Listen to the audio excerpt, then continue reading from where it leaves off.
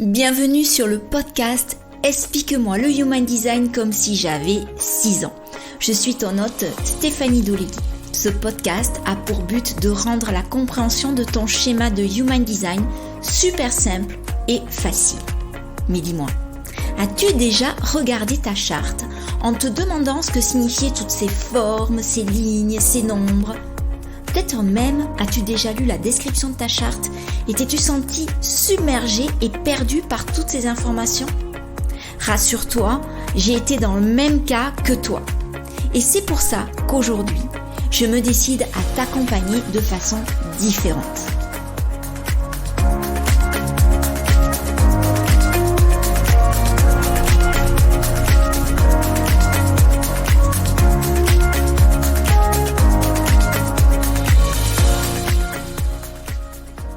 Bienvenue dans ce nouvel épisode très particulier puisqu'il s'agit aujourd'hui d'un format questions-réponses.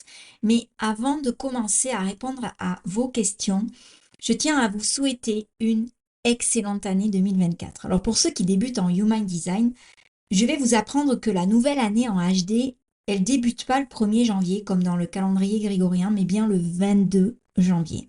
En fait, cela correspond à l'entrée du soleil en la porte 41, qui est la porte du renouveau, de l'imaginaire, et qui permet de rêver grand et de poser nos intentions de l'année. Alors, si vous vous êtes inscrit à la salle de gym le 1er janvier et que vous êtes arrêté entre-temps, c'est normal, parce qu'il s'agissait d'un faux départ. Je plaisante, mais pas tout à fait, car j'ai pu remarquer que ces 20 premiers jours de l'année, l'énergie était plutôt fluctuante et propice au faux départ. Ceci étant dit, on va entrer dans le vif du sujet avec les questions. Je pense que je ne pourrai pas répondre à toutes les questions parce que l'épisode va être très long. Je vais vraiment essayer de gérer le timing au mieux. Ceci dit, si je n'ai pas répondu à toutes les questions que vous m'avez envoyées, ne vous inquiétez pas, j'y répondrai soit dans un autre épisode, soit je vous répondrai directement par message. Première question de Chloé. Je suis tombée sur le post Instagram d'une américaine qui parlait de Pop Human Design contre Trad Human Design. J'ai pas trop compris ce qu'elle voulait dire. Est-ce que tu pourrais me donner ton avis sur la question ? En ce moment, j'ai remarqué aussi qu'il y avait beaucoup de posts qui parlaient, qui se positionnaient sur la différence entre ce qu'on appelle le Human Design traditionnel, tel qu'il a pu être enseigné par le fondateur du Human Design, par Ra Uru Hu, et ce qu'on peut appeler le Human Design populaire ou Pop Human Design. Alors, la réponse, bien sûr, n'engage que moi, mais pour moi, la différence entre un Human Design traditionnel et un Human Design populaire, c'est que le Human Design populaire s'inscrit plutôt dans une vocation, il a plutôt vocation à s'inscrire dans un chemin évolutif de pensée, de vocabulaire et de sagesse. Pour moi, c'est hyper important. Parce que même si je trouve que c'est hyper important de se baser vraiment sur le socle fondamental même du Human Design qui est l'essence même de l'outil et qui nous provient des enseignements de Ra Uru Hu, parce qu'il ne faut pas perdre de vue cet objectif principal de l'outil, on est obligé à l'heure actuelle de prendre en compte l'évolution de l'outil parce que le Human Design a été découvert en 1987, qu'il a été transmis dans les années qui ont suivi donc la rencontre de Ra Uru Hu avec la voix. Et à cette époque-là, il avait un but très précis. Avec la mort de Ra Uru Hu, il y a un cycle qui, pour moi, est terminé. Du moins, qui, pour moi, fait le socle de l'outil, mais l'outil n'a pas terminé d'évoluer. Alors, moi, j'ai entendu plein de fois Karen Curry Parker, qui est une de mes mentors, en parler, parce qu'elle a été formée par Ra Uru Hu, elle a travaillé des années avec lui, elle a embrassé sa façon de voir, elle a travaillé avec le même vocabulaire, elle a vraiment épousé c'est un bien grand mot, mais adhéré à ses enseignements. Et puis, elle s'est posé la question à la mort de Ra Uru Hu de comment elle pouvait faire évoluer l'outil. Elle a créé ce qu'on appelle le Quantum Human Design. Et alors, quelle est la différence entre le Quantum Human Design et le Human Design populaire ? Je pense que le Quantum Human Design, c'est un courant de Human Design qui s'est inscrit dans le même style de courant que d'autres styles de pensée. Alors moi, je suis très très littéraire, j'ai une base littéraire, j'aime la littérature, j'aime tout que la littérature a amené dans le côté collectif, dans le côté historique, etc. Et mon cerveau associe bien l'idée suivante, c'est que en littérature, les courants littéraires se sont suivis et se sont inspirés les uns les autres. Les courants littéraires ont été des courants qui ont bougé, qui ont amené de nouvelles idées, mais toujours en se basant sur un socle commun qui est la langue française.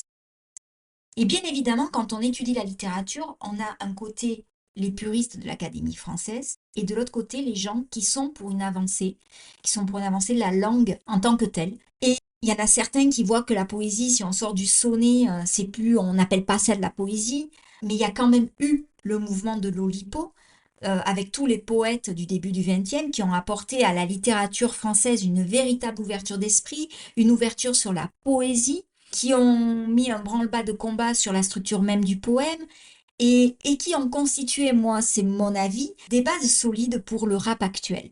Parce qu'il faut quand même rester très humble et se dire que, en fait, le monde, c'est un éternel recommencement. Ce ne sont que des cycles qui se répètent et qui évoluent.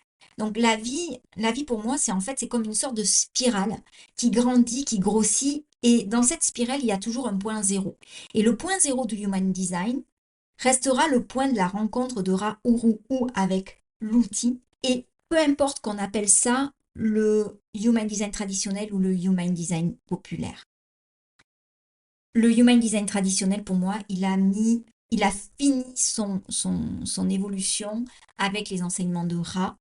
Et par contre, on a pris la relève de ce Human Design à partir des mouvements de pensée, de certains mentors, des gens qui font évoluer le Human Design.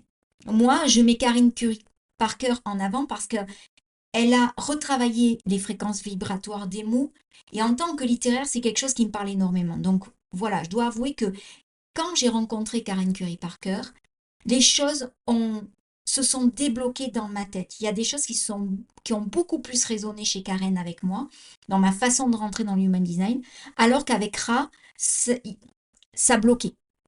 Il y avait des choses qui bloquaient. Et honnêtement, aujourd'hui, par l'éclairage que m'a amené Karen, j'arrive à voir les subtilités que voulait expliquer Ra. Donc, si je reviens à moi, je qualifierais mon human design de populaire parce que j'y amène ma patte, j'y amène ma propre compréhension. C'est ma vérité, c'est pas la vérité. C'est mon expérimentation. C'est vu à travers le prisme de qui je suis. Donc, c'est ma vérité, c'est pas la vérité. Parce que la vérité en tant que telle, elle est détenue par le fondateur du Human Design. Et encore, Ra disait qu'il fallait expérimenter. Donc, je te remercie pour cette question parce que c'est une question à laquelle je ne m'attendais pas du tout. Et donc, j'espère que j'ai pu t'apporter un éclairage, du moins j'ai essayé de t'apporter mon éclairage. Lydie m'écrit: j'ai d'énormes difficultés de communication avec mon fils aujourd'hui. Il a bientôt 14 ans. C'est un manifesting générateur et moi je suis projecteur. On a tous les deux une autorité émotionnelle. Je n'arrive absolument pas à me faire entendre et cela dans des éclats de voix qui m'épuisent. J'ai essayé de comprendre sa charte, mais je ne sais pas comment m'y prendre. Comment le Human Design peut-il m'aider à apaiser les tensions avec mon fils? Waouh! Alors cette question euh, est exceptionnelle. Je vais essayer d'être structurée dans ma réponse. Déjà, on va partir sur le fait que avoir des problèmes, des difficultés de communication quand on a un ado de 14 ans, je dirais que c'est un peu la normalité en dehors même du Human Design.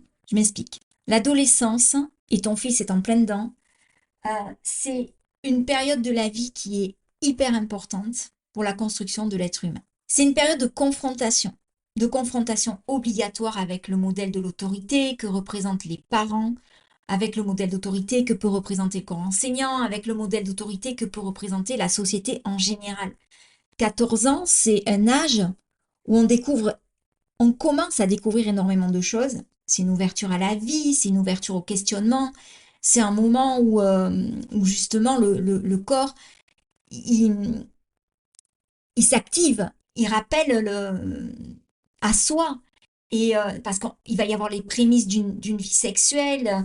C'est euh, c'est une période où c'est compliqué, c'est-à-dire qu'il y a des sentiments exacerbés, il y a des émotions, il y a, il y a tout un champ de première fois, en fait.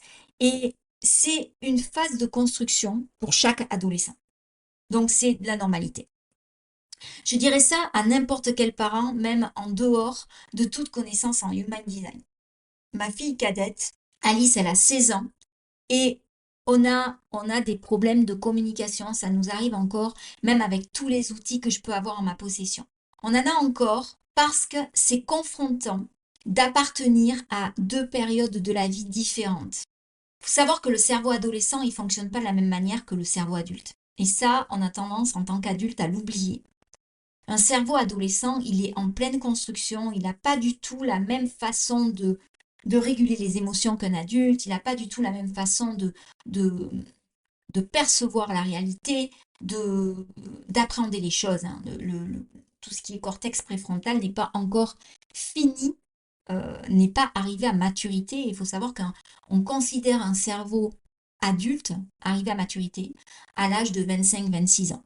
Donc, je te souhaite encore 10 belles années de confrontation dans la construction de ton cher et tendre. Euh, donc, il a, comme le cerveau adolescent est à pleine construction, alors oui, c'est une période de l'adolescence où ils vont apprendre 2 fois plus vite, où il va être en demande 2 fois plus, mais il va aussi avoir besoin de repli. Il va avoir besoin de se faire valider par ses pairs, par ses copains, il va avoir besoin d'expérimenter. Quand tu vas lui dire quelque chose, il va avoir besoin d'aller toucher le contraire de ce que tu lui dis pour justement se faire sa propre opinion. Et c'est ce qu'on appelle ça le fait d'accéder à l'autonomie. Donc, au niveau émotionnel, il a besoin de moments, par exemple, de passer par des moments de colère intense. Il a vraiment besoin de s'exprimer.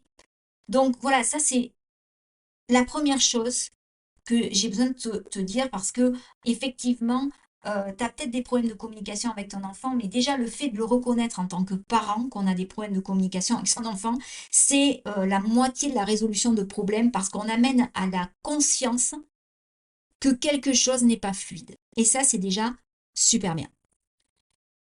Deuxièmement, tu me dis que tu es projecteur, tu es une maman projecteur et que ton enfant, c'est un ado manifesting générateur. Donc, je t'invite, déjà si tu ne l'as pas fait, à aller écouter les épisodes précédents où je consacre un épisode entier au manifesting générateur d'une part et au projecteur d'autre part. Mais quand on est manifesting générateur, on est un être qui a plein d'énergie. On a un sacral défini et on a accès à la source vitale constante.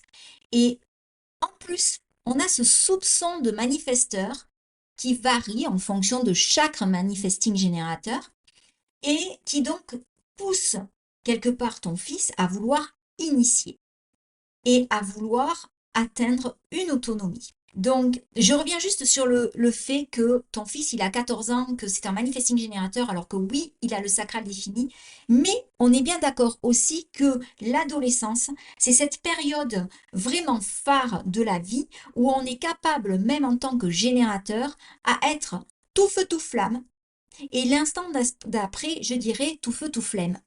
C'est-à-dire à pas mettre un pied devant l'autre, à traîner. Et dans ces cas-là, on n'est même pas, notre énergie, elle n'est même pas assimilable à celle d'un projecteur, elle est assimilable à celle d'un légume. Et ça, c'est vraiment, c'est pas propre au HD, c'est propre à la construction de l'être humain dans ses phases d'évolution. Autre chose, c'est que le problème de communication que tu peux avoir en tant que projecteur avec ton fils manifesting générateur, c'est que vous deux, vous avez déjà 2 types énergétiques différents. Et le conseil que j'ai à te donner, c'est de t'ancrer, vraiment de t'ancrer solidement dans ta charte avant même d'essayer de comprendre et d'étudier la charte de ton enfant. Parce que si tu comprends les besoins du manifesting générateur au niveau énergétique et que tu en oublies tes propres besoins de projecteur, tu vas finir par péter un câble et je sais de quoi je parle parce que c'est un câble qui lâche régulièrement chez moi. Alors, de moins en moins, parce que maintenant que j'expérimente au quotidien le Human Design, je pars du principe que ce qui est aligné pour moi en tant que projecteur est aussi aligné pour ma fille. Bon, je te donne un exemple tout simple et j'espère très concret. Avant, j'outrepassais mon quota sommeil. C'est-à-dire que moi, j'ai besoin, c'est mon mode de fonctionnement interne, que à partir de 9h30, j'ai besoin d'aller au lit. Alors, pas forcément pour dormir, mais vraiment pour me couper du reste du monde, de la sphère familiale. Et je pars lire, je pars décompresser toute seule pour justement rejeter ce trop-plein dans mon sacral non défini et reconnecter avec mon énergie de projecteur. Et avant, je n'écoutais absolument pas ce besoin de repos. Je faisais toujours passer le besoin des autres avant mes propres besoins. Donc, ma fille avait besoin de mes services à n'importe quelle heure du jour et de la nuit. Et moi, j'étais là. Et forcément, c'est pas ce qu'il faut faire. Donc, dans un premier temps, je me suis recentrée et re-ancrée dans mes besoins énergétiques de ma propre charte. Et dans un second temps, j'ai expliqué la différence de fonctionnement d'Alice avec ma charte. Et ça m'a mené un éclairage totalement différent. C'est-à-dire qu'elle comprend, même si des fois elle râle, elle peste, elle comprend qu'à partir d'une certaine heure, je suis plus disponible. Et finalement, ce qui pouvait, il y a certains temps, générer des prises de bec, générer des incompréhensions, des étincelles qui servaient à allumer un feu derrière une grosse dispute parce que j'étais dans un état de fatigue tel que je supportais même plus l'énergie qu'elle m'envoyait, ça a contribué à apaiser beaucoup, beaucoup de choses. Et donc, le conseil que j'ai à te donner, c'est déjà pour apaiser les relations que tu peux avoir avec ton fils, d'accepter son âge, d'accepter la phase dans laquelle il se trouve, le pauvre. Euh, enfin, le pauvre. Moi, j'adore cette phase d'adolescence. Donc, c'est juste qu'il faut bien l'accompagner. Il faut que tu l'acceptes en tant que ado. Deuxièmement, de vraiment t'aligner avec ton mode de fonctionnement énergétique, toi. Et troisièmement, tu m'as parlé de la... Je vais apporter une nuance, c'est-à-dire que dans ta question, tu me parles du fait que vous ayez tous les deux un centre émotionnel défini, c'est-à-dire que vous ayez une autorité émotionnelle définie. Ça serait peut-être intéressant que tu ailles voir si vous avez les mêmes portes qui sont activées dans le centre du plexus solaire et quoi si vous surfez sur les mêmes vagues, parce qu'il y a différentes vagues dans le plexus solaire, des vagues émotionnelles.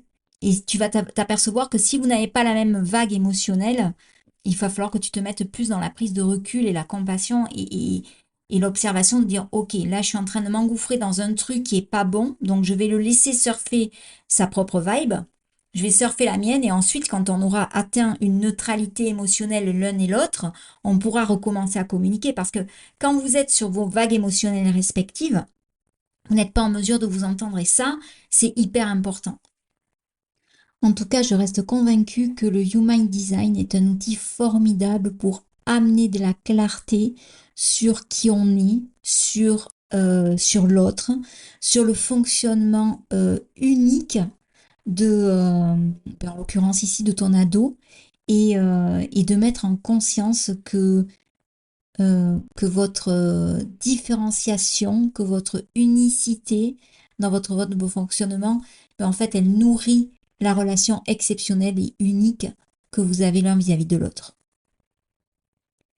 Je vais passer à la troisième question. Donc la troisième question, la voilà. Je ne comprends pas la différence entre être émotionnel et être non émotionnel en Human Design.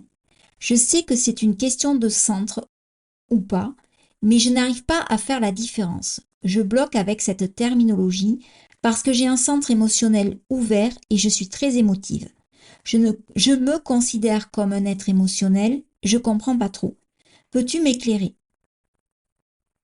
Alors je te rassure, j'ai eu la même sensation de blocage quand j'ai été confrontée à cette terminologie de parler d'être émotionnel quand on n'a pas, quand on a le centre du plexus solaire défini et d'être non émotionnel quand on l'a pas défini.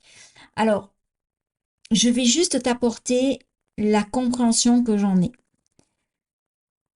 Déjà, nous sommes, pour moi, tous des êtres émotionnels.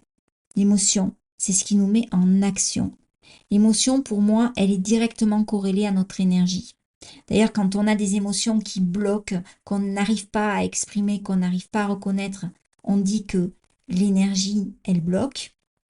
Et quand on a des émotions qui sont fluides, qu'on accueille, qu'on reconnaît comme telles et qu'on fait circuler, l'énergie circule. Mais honnêtement, 100% des êtres humains sont des êtres émotionnels, sont des êtres qui ressentent des émotions. Donc, quelle est la différence? Parce qu'il y a une différence. Et tu l'as toi-même donné dans ta question. La différence, c'est cela provient de la nuance d'un centre défini et non défini. C'est une terminologie en Human Design. C'est-à-dire, ce sont des mots de vocabulaire que l'on attribue à quelque chose de particulier. Dans un centre de plexus solaire défini, l'émotion, elle est stable. Elle appartient à ce centre. C'est le centre qui transmet l'émotion vers l'extérieur. Par contre, ce sont euh, des émotions qui appartiennent à 100% à celui qui les ressent. Quand on est dans une émotion de colère, la colère que l'on ressent nous appartient, puisque c'est une énergie que l'on ressent vraiment et qui vient vraiment de l'intérieur du corps.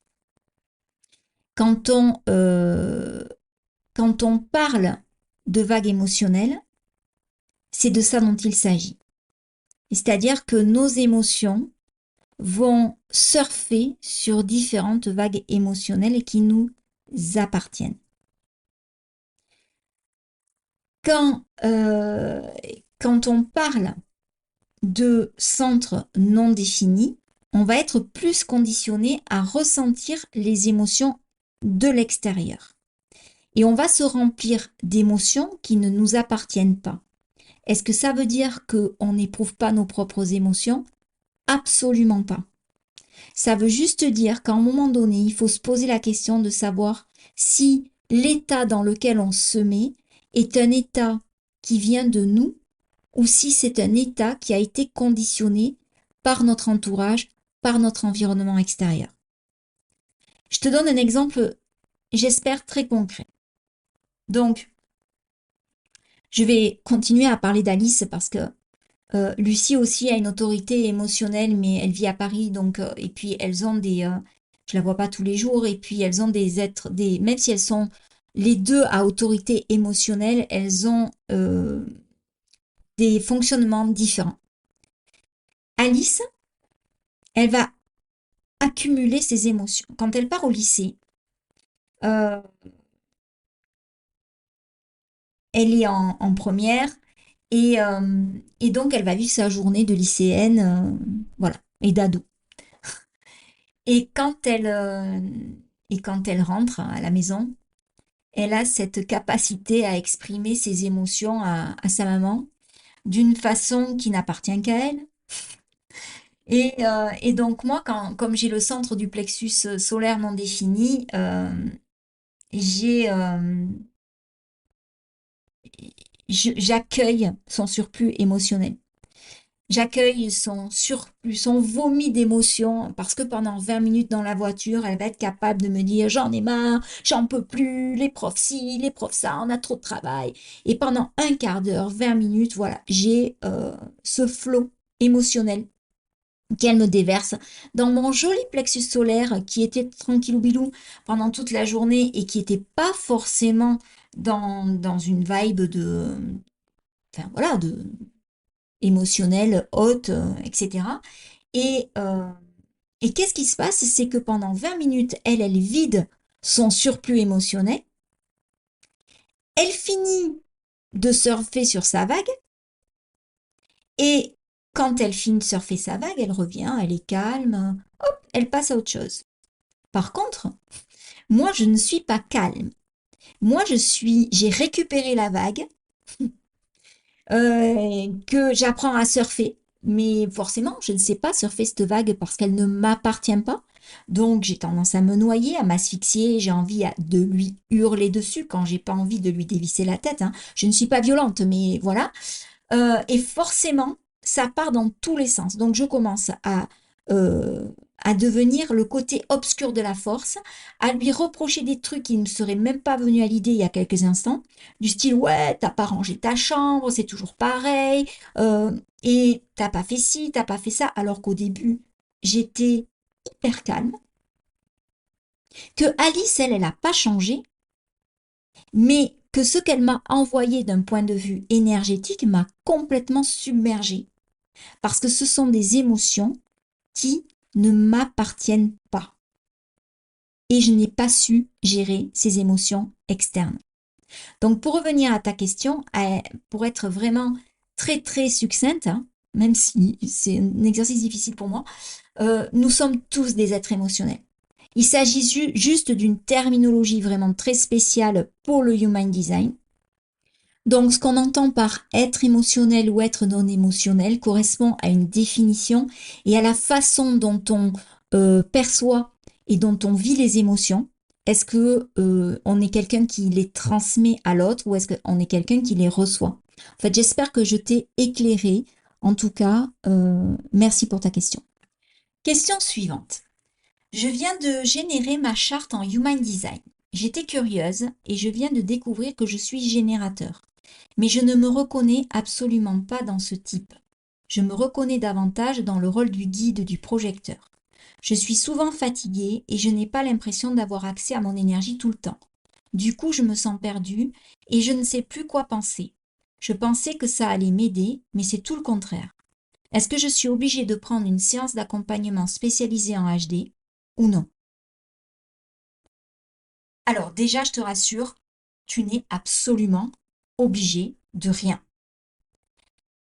Bien sûr, si tu prends un accompagnement plus individualisé, tu auras certainement des réponses beaucoup plus précises, beaucoup plus subtiles, beaucoup plus fines sur ton fonctionnement énergétique.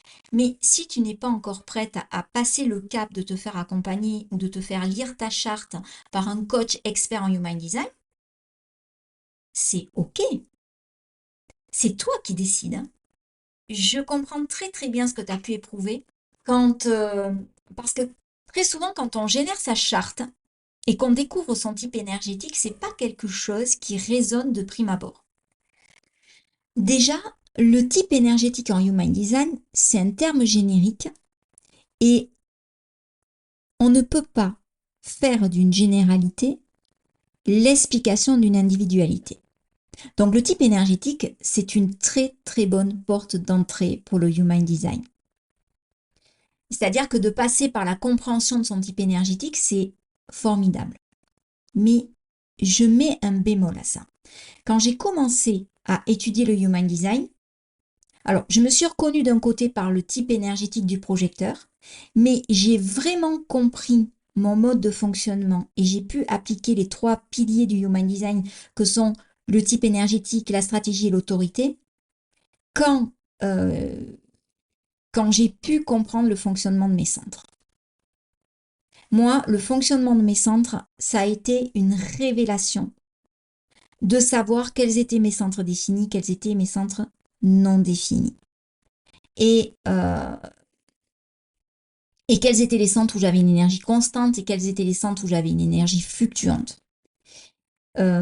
Moi, quand j'ai commencé à comprendre mon mode de fonctionnement, quand j'ai compris comment fonctionnaient mes centres définis, ça a changé totalement ma façon de voir les choses et ma façon de vivre. Complètement. Ne serait-ce qu'avec mon centre du plexus solaire non défini, j'ai enfin pu mettre de l'éclairage, de la conscience, de la compréhension sur des dysfonctionnements émotionnels à la maison. Voilà. Et, et c'est sûr qu'en fait, alors la semaine dernière, j'ai consacré l'épisode du podcast au conditionnement. Et je trouve que le conditionnement explique énormément le fait de ne pas se reconnaître dans un type énergétique. Parce qu'en tant qu'individu, on est non seulement obligé de se développer dans notre individualité, mais on est aussi obligé de se confondre dans une masse parce qu'on est avant tout un être social, qu'on vit en société et que la société, elle nous éduque, elle nous élève avec cette volonté de nous apprendre à initier. Or, on n'est pas tous des manifesteurs. elle nous oblige à bâtir, elle nous oblige à faire alors qu'on n'est pas tous des générateurs ou des manifesting générateurs. Donc, il faut vraiment aller regarder du côté de ce conditionnement, parce que quand on essaye d'initier comme un manifesteur, ou quand on essaye de faire les choses comme un générateur, manifesting générateur, alors qu'on n'appartient pas à ce type énergétique, on est dans la force, on est dans du push, et du coup, on perd notre authenticité. Et on va entrer dans quelque chose qui va vers l'épuisement. Et c'est là où je rejoins le fait que tu dises que tu te sentes fatigué et plus projecteur.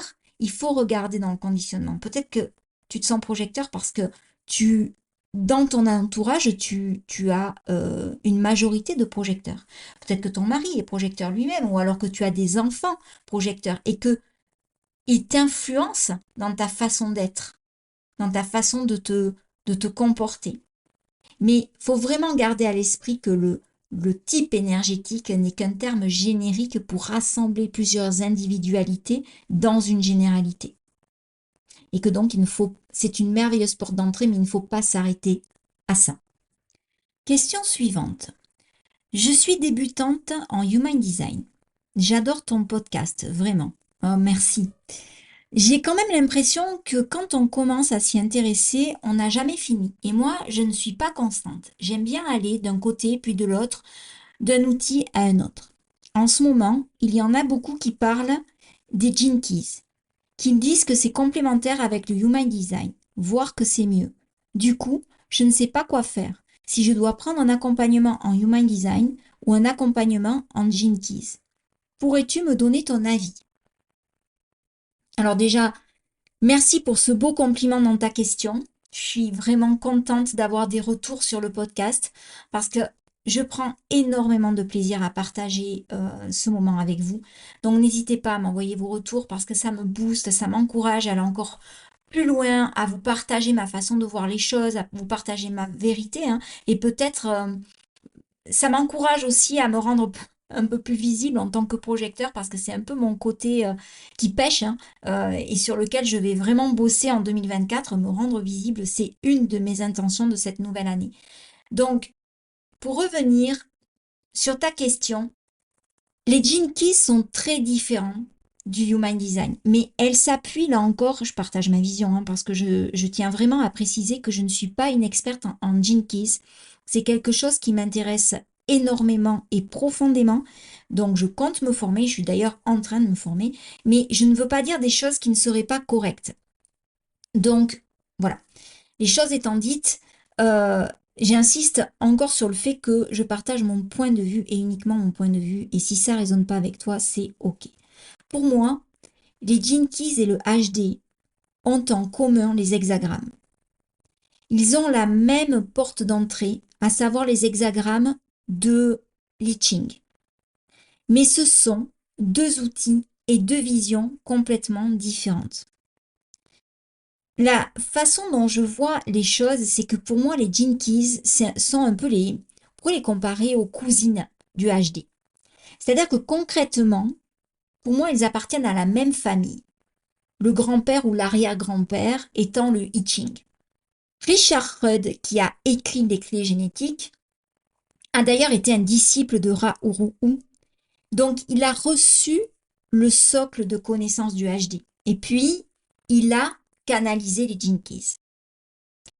Et si moi je reviens à l'essence même de ce podcast, hein, qui est vraiment d'enseigner les choses comme si on était des enfants de 6 ans, je dirais que pour moi, le Human Design, c'est le côté plutôt masculin, le côté yang de l'énergie, qui se situe dans le faire, dans l'action, dans le concret, dans le fait de donner. Il donne des clés, il donne des portes d'entrée pour passer à l'action. Et les Gene Keys, elles représentent plutôt le côté féminin, le côté yin, le côté du recevoir, de la contemplation, de la prière, de la sublimation justement de l'énergie masculine en quelque chose de beaucoup plus subtil encore. Donc, les Gene Keys sont liés à la partie physiologique, au corps. Je vais pas rentrer dans les détails parce que c'est une question qui demande à elle seule un épisode complet. Et aujourd'hui, à l'heure actuelle, je sais même pas si je serais capable de t'amener l'éclairage suffisant avec mes connaissances pour faire cet épisode. Mais j'espère qu'à l'avenir, ça sera le cas. Les 64 hexagrammes correspondent aux 64 codons et également aux 64 portes en HD. Pour revenir à ta question, je ne sais plus quoi faire. Est-ce que je dois prendre un accompagnement en HD ou un accompagnement en Gene Keys? Moi, déjà, ce que je te propose dans un premier temps, c'est de générer ta charte HD et de générer ton profil holographique en Gene Keys. C'est gratuit et donc ça t'engage à rien. Et déjà de voir ce qui résonne le plus avec toi à ce moment-là. Parce qu'on est sur des subtilités, on est sur des envies, sur des propositions de connaissances de développement de soi qui ont une énergie totalement différente. Et donc, ça n'appartient qu'à toi. Moi, personnellement, je suis dans ce cheminement. C'est-à-dire que je suis à fond dans le HD. J'adore cet outil. C'est vraiment un puits sans fond qui nourrit ma soif de connaissance, ma soif d'expérimentation. Mais certaines choses que je voulais aller chercher et trouver dans le HD m'ont été révélées dans les Gene Keys. Donc, je trouve que ces deux façons de voir sont hyper complémentaires. Je vais ici aborder la dernière question. Bien sûr, je n'ai pas répondu à toutes les questions que j'ai reçues et c'est pour ça que je m'engage dans les semaines à venir à faire un autre épisode de ce type. D'ailleurs, n'hésite pas à me faire un retour sur cet épisode, à me dire si le format te plaît, si tu ne l'as pas trouvé trop long. Enfin voilà. Donc voilà la dernière question. Dans un de tes podcasts, tu dis que tu aurais changé ta manière d'enseigner si tu avais connu le HD avant. Peux-tu m'en dire davantage? Je suis également enseignante et je ne vois pas encore comment je pourrais aider mes élèves avec cet outil. Waouh! Alors, cette question, c'est une question qui demanderait des heures, des heures, des heures de débat parce qu'elle est hyper, hyper, hyper intéressante. Et je continue à dire que si j'avais connu le Human Design avant, je persiste et je signe, j'aurais probablement pas enseigné de la même façon, ça c'est sûr. Mais concrètement, je me suis posé la question. Je me suis dit, bon, hé, Steph, tu es en face de 20 élèves. En sachant que je sais que la plupart des enseignants, avoir une classe de 20 élèves, c'est une classe royale. On frôle plutôt les 30, 35 élèves, surtout dans les classes de lycée. Mais concrètement, qu'est-ce que je pourrais faire du Human Design? Bon, forcément, je me suis remise dans mon rôle il y a quelques années. Et à l'époque où j'enseignais, j'avais une collègue qui s'amusait en début d'année à demander à quel signe astrologique appartenaient ses élèves. Alors, on pourrait considérer que ça comme un côté, le côté perché, le côté, mais de quoi elle se mêle. Enfin, moi, j'ai trouvé l'idée brillante. Je l'ai reprise, je me la suis appropriée, et c'était un rituel devant chaque classe en début d'année. En fait, dès le départ, ça m'a permis d'avoir déjà une proximité avec mes élèves qui est juste géniale parce qu'au départ, ils vous regardent complètement hébétés, hein. Moi, je te rappelle que j'avais des ados, donc t'imagines le truc. Ils se disaient, mais qu'est-ce que ça peut bien lui faire de savoir si on est bélier, taureau, balance? On sait même pas nous-mêmes. Des fois, on sait même pas le mois où on est né, hein. Je parle de trucs véridiques. Et comprenaient pas le pourquoi du comment. Mais finalement, ça les interpellait tellement qu'ils jouaient le jeu. Ça les faisait sourire, ça les faisait même rire. Et très souvent, ils avaient cette curiosité derrière à poser la question, mais madame, pourquoi vous nous demandez ça? Et moi, vraiment, ça m'amenait des indications de base sur le fonctionnement de la classe qui étaient juste géniales. Parce que quand on est censé savoir si on a une majorité de taureaux, de bêtes à cornes dans la classe, on va savoir que on aura beaucoup plus de chances d'avoir des confrontations épineuses qu'avec une classe où il y a une majorité de poissons dans l'eau, de petites balances, de petites vierges bien sympathiques, donc de signes beaucoup plus calmes. Donc évidemment, savoir la proportion du type énergétique dans la classe va changer la donne. Donc je trouve que aussi, quand on connaît le type énergétique de nos élèves, ça peut remettre en cause la façon de valoriser les compétences. On sait par exemple aujourd'hui que si on pose des questions ouvertes à des générateurs, des manifesting générateurs, on les aide pas forcément. On les met plutôt dans une attitude de doute, dans une sorte de piétinement. Ils reviennent sur ce qu'ils ont dit, ils savent pas si c'est ça, si c'est pas ça, etc. Et on les met pas forcément dans une posture de décideur pleine conscience. Quand on est enseignant, on est dans un système qui veut qu'on apprenne à l'élève à argumenter, à savoir faire un plan. Donc forcément, ça nous pousse à leur poser des questions ouvertes. Et très très souvent, leur poser des questions fermées sous forme de QCM, sous forme de jeu, ça peut être très très très dynamisant. Moi, j'avais un collègue à l'époque qui était prof de langue et qui se servait beaucoup de l'outil Kahoot. Je ne sais pas si vous connaissez. C'était un système de jeu enfin de QCM, de questions-réponses qu'on envoyait sur le tableau avec le rétroprojecteur et les élèves répondaient avec par sondage via leur téléphone portable. C'était du pur génie. C'est-à-dire que c'était celui qui répondait le plus vite et ça, c'était un régal pour un manifesting générateur. Voilà. Mis à part ça, quand on a des réflecteurs, quand on a des projecteurs dans la classe, c'est un type énergétique plus rare et qu'on aurait peut-être tendance à oublier dans le groupe classe. Et sont des types énergétiques qui sont plus dans l'être que dans le faire. Donc, ils vont peut-être se sentir submergés dans un groupe classe qui est entièrement fait de générateurs ou de manifesting générateurs. Donc, voilà. Moi, je trouve que c'est à terme, ça deviendra hyper, hyper enrichissant de se pencher sur cet outil, comment on peut l'amener dans les classes, comment on peut l'amener à l'école. À un moment, je suis quand même quelqu'un qui rêve beaucoup. J'espère que dans les décennies prochaines, nos enfants pourront partir avec ce bagage dès leur plus jeune âge et qu'on leur apprenne à prendre des décisions alignées à qui ils sont, hein, à cultiver cette authenticité, à s'appuyer sur leur force de caractère, sur leur super pouvoir, hein, en prenant en compte leur porte, en prenant en compte leurs canaux. Hein. Voilà. C'est ainsi que s'achève cet épisode. J'ai vraiment été ravie de passer ce moment avec toi. Je te souhaite une merveilleuse semaine et je te donne rendez-vous la semaine prochaine